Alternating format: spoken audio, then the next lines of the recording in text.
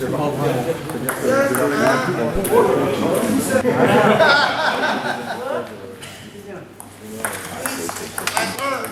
deux. Il parle en même temps, lui. Allez, ouais. Ce soir, on fait le tournoi de 30 secondes. C'est un tournoi qui est ouvert à tout le monde.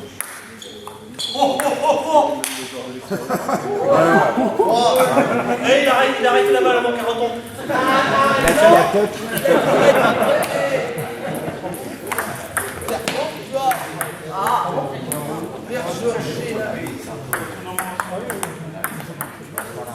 On sait qu'elle est agressive, hein.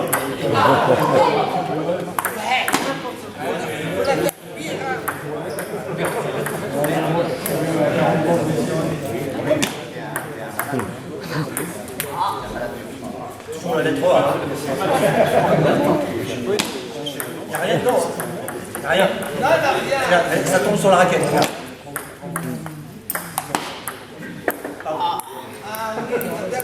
Ah, on y va, Marie? Marie? Non, Marie. Il y a un monsieur qui veut faire un restaurant, là, je sais pas où il est. On y va? Ah, c'est au milieu, t'as pas de chance. Ah, je te la donne. Allez. 1-0, ça redonne?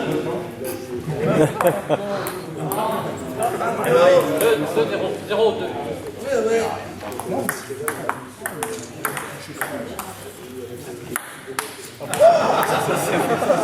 Mais Roland Garros, c'est fini, hein?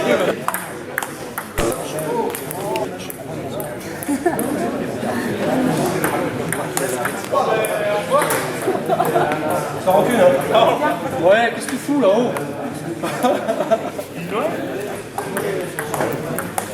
C'est notre champion vétéran contre...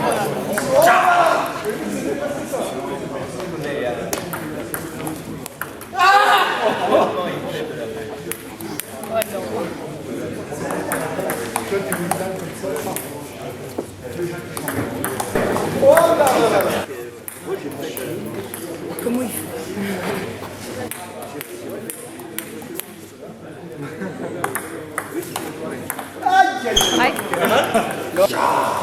Mais c'est non, mais c'est pas génial quand il bouge. C'est vrai? Bah oui, je. Bah, fais. Bon, allez, on y va. T'es chaud? Ouais. Allez, j'ai laissé la raquette.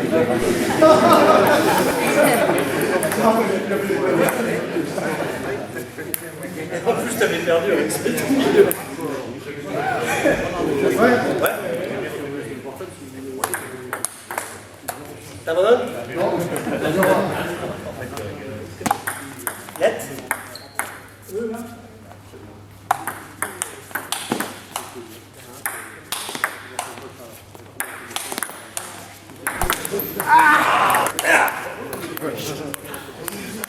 Trois ans.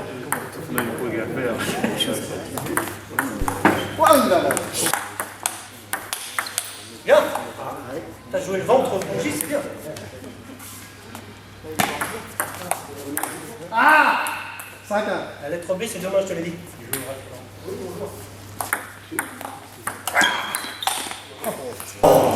J'y étais.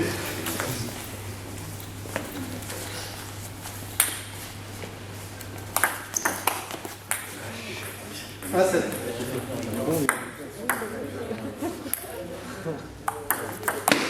Ah allez. Et touch? Non, non. Ça existe plus? Non, au-dessus de la ceinture.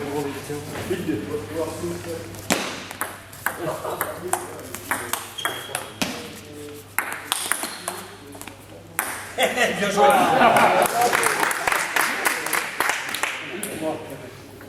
Salopard. Je le savais.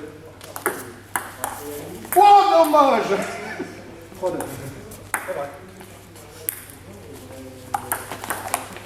Oh, tu étais là? Oui. En tout cas, tu l'es pas. Non, je suis en retard. Oh là là là là. Disquette. C'est une rengaine, ça. Combien? Ouais, disquette, mais tu remarqueras, j'habite pas en 11 ans. À 11 ans, oui.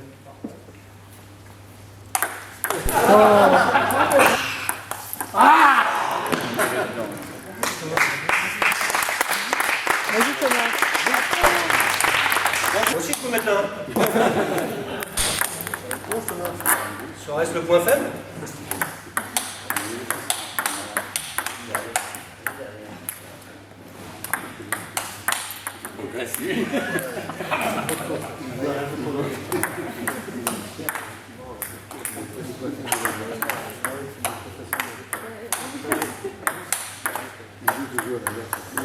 T'es chaud? Allez, on y va. Allez Thomas. Bonne.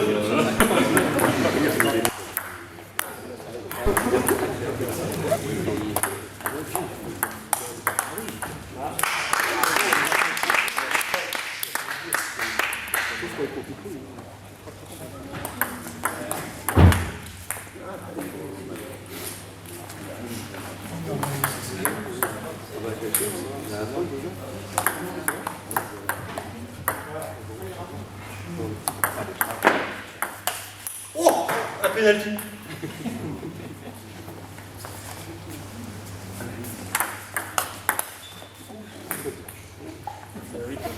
De combien?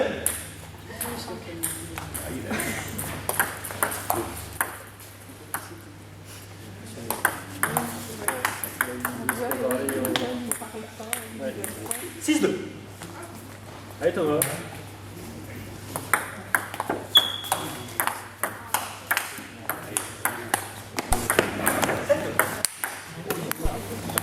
Là, ça arrive.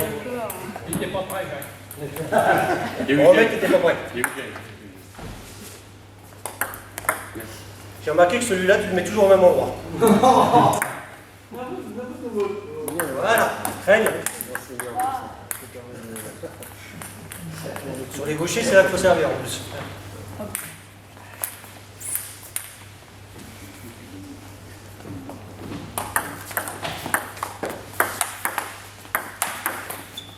C'est de l'autre côté. Hein.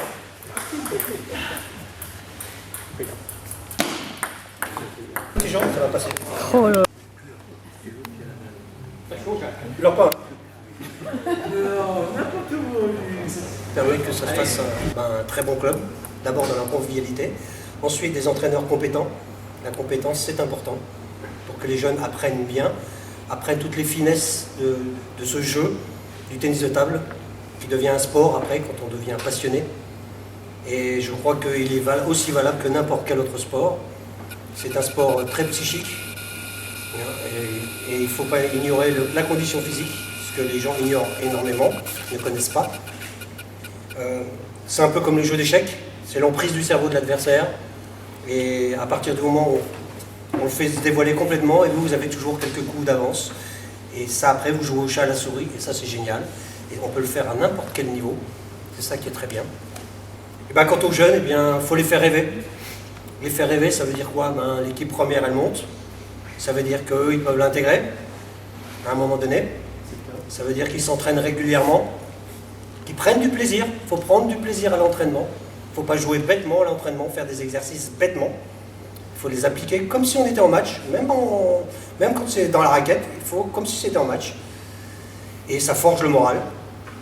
Et ça forge...